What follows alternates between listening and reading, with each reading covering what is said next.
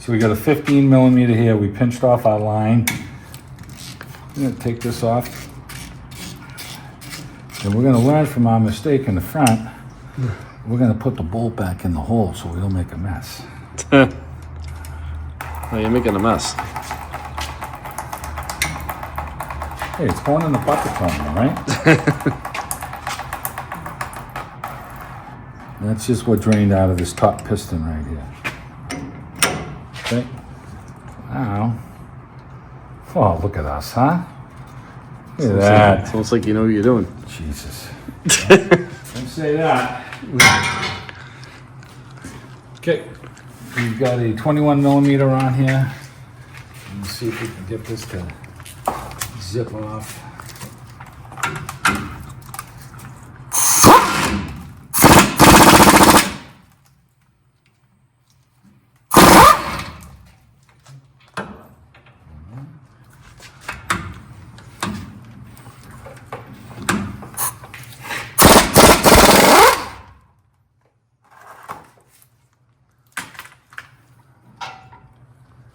Okay, we should be able to peel this caliper right off now.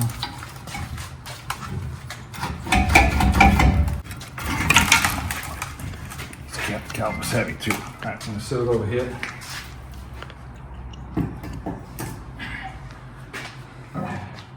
Now the Rotor has a brake shoes inside here, so we're gonna hit this and see if it's gonna cooperate with us. I doubt it. Thanks, Tom. What problem with the pals for? A little juice in there to work for us.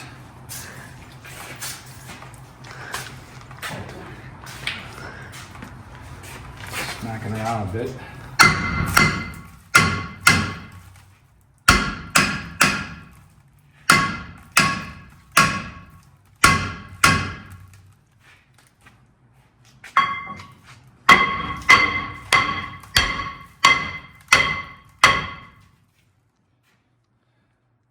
Looks like something's moving. I think.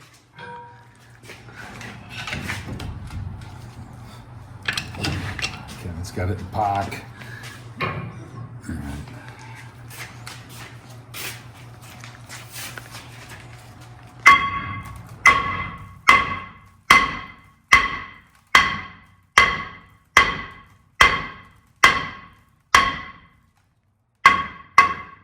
Yeah, it's moving.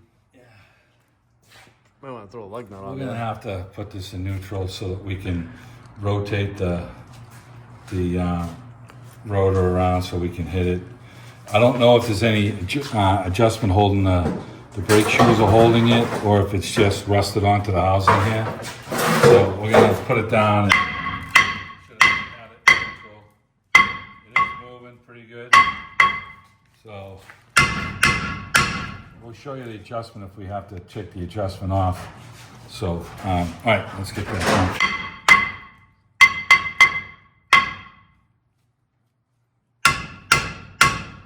Yeah, we're gonna back the brake off. It don't. I was hoping to see if I can turn it a little. We'll try a couple more times. If I don't have to screw with the adjustment, great, but you can feel the shoes grabbing. Yeah, the shoes so are grabbing it. we're gonna have to back that adjustment off. There's a hole there that Steve's putting the screwdriver in. Yeah, we're gonna pull this out, and when we get the rotor off, we can show you. Okay, I can see the self-adjuster, Yep. and So there's a hole in the back here. You can put a brake shoe fork in there, or a spoon. all right, now it's tightening it. So it looks like going down.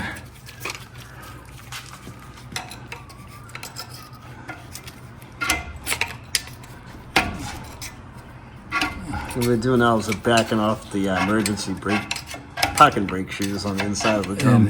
And it is a Christmas miracle that this is turning. And this is gonna take the tension off of those shoes so that that rotor will come right off. So when you're turning this,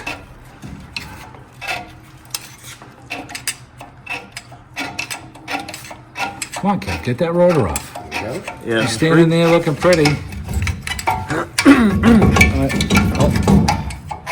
There you go. Okay, So So here's the emergency brake right there. That's the self-adjuster Yep. right there on the bottom. You can see the little gear in there.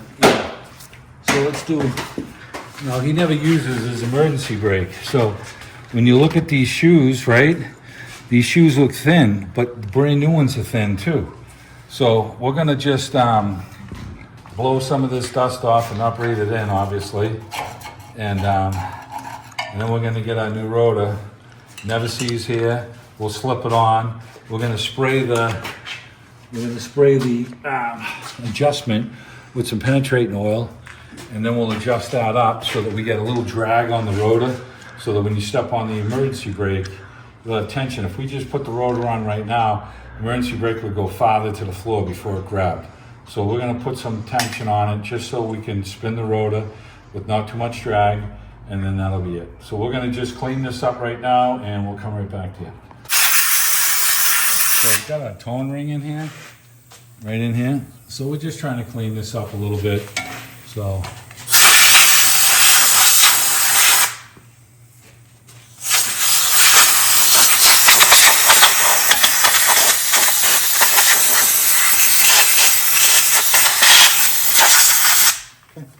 Looks pretty good. I don't see any moisture in there, so I don't have a bad seal or anything, so it's good. Okay. A little penetrating oil in that sprocket right there, the adjuster, so it won't freeze up. Ready. Okay, cleaning our rotor like we did the front one. Now we have the inside here that we have to clean as well.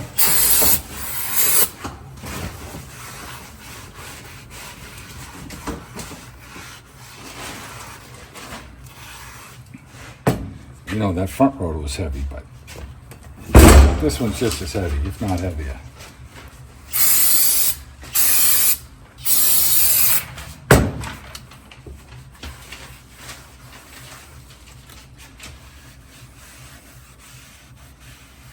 All right, we're gonna go slip this on. I never seized the axle already, and we'll throw a lug nut on it.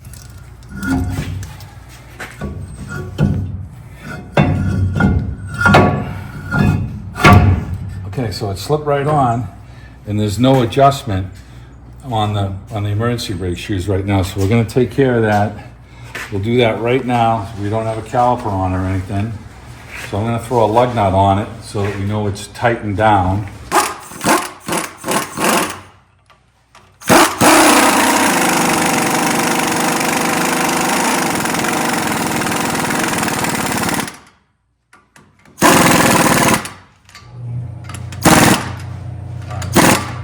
So now, if we would grab the bar, we know we can spin this with the bar.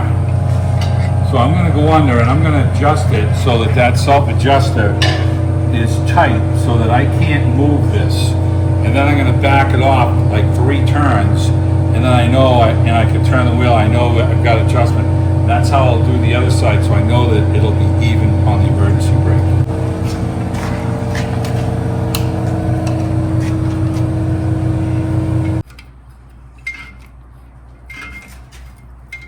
Okay, it's tight. So now I'm going to go backward.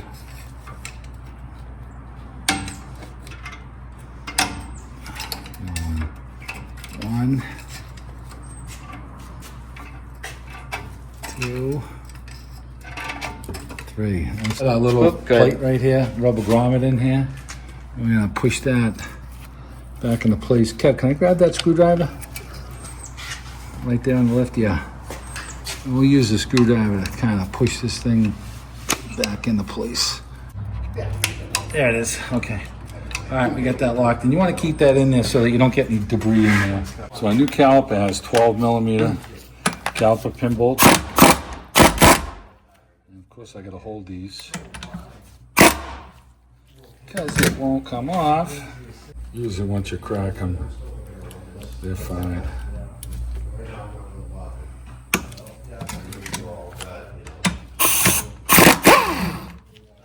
Okay, get that one.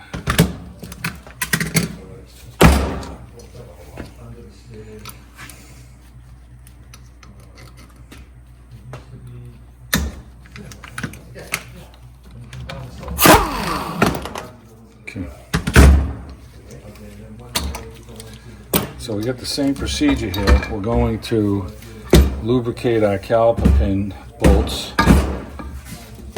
Hold the boot. Even though they're new, you know, there ain't a lot of grease on them, so fill them up.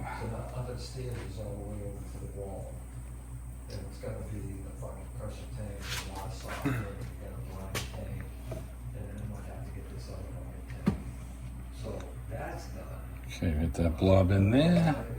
We'll fill this down. Okay, got that one done, packed. Let's get the next one.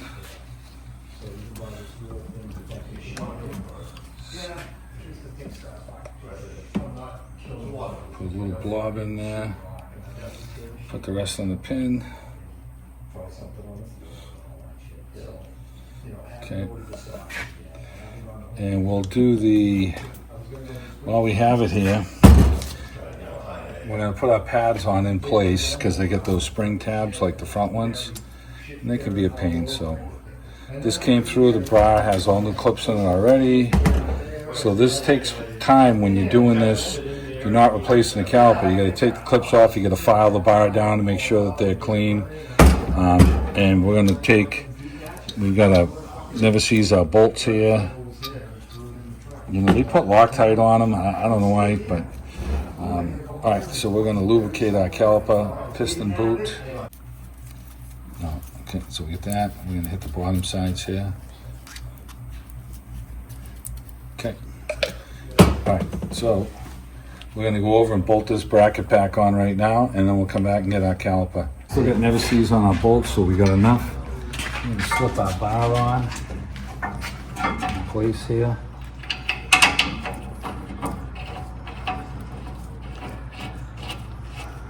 That one there.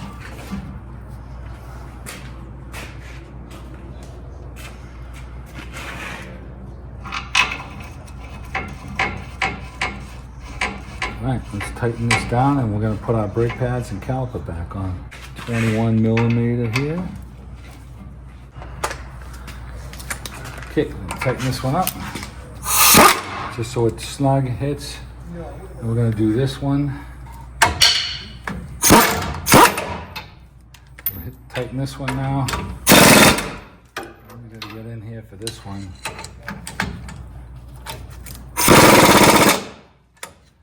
Okay, get that. These brake pads are similar to the rears, and they've got clips on both sides, so it really doesn't matter which side you put them on. So you're going to slide these into the slots here.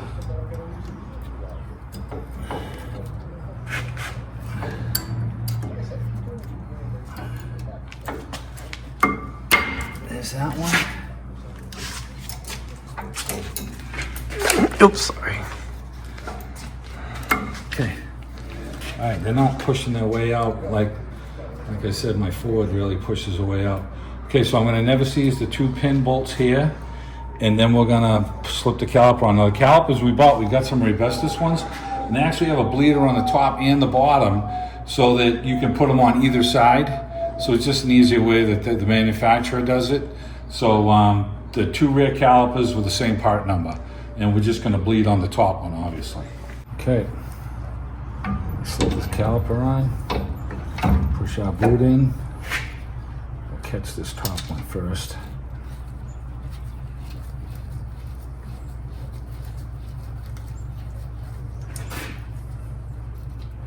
Catch this one in here.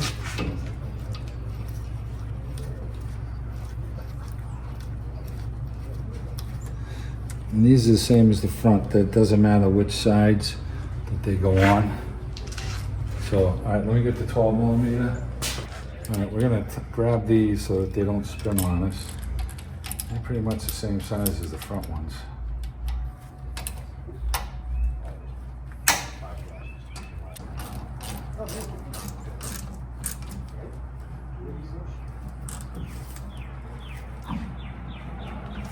Is that one?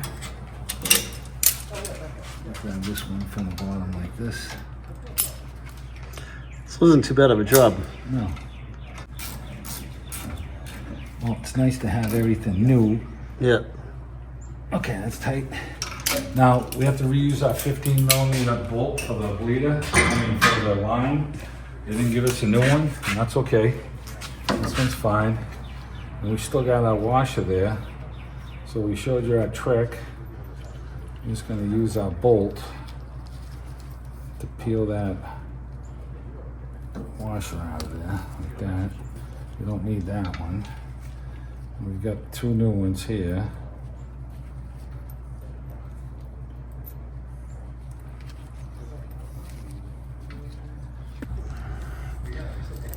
So you've got a notch here. The notch goes on top towards the bolt like this. So this goes on like this.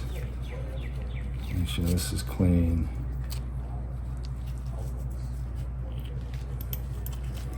This goes like this. I had it flipped upside down.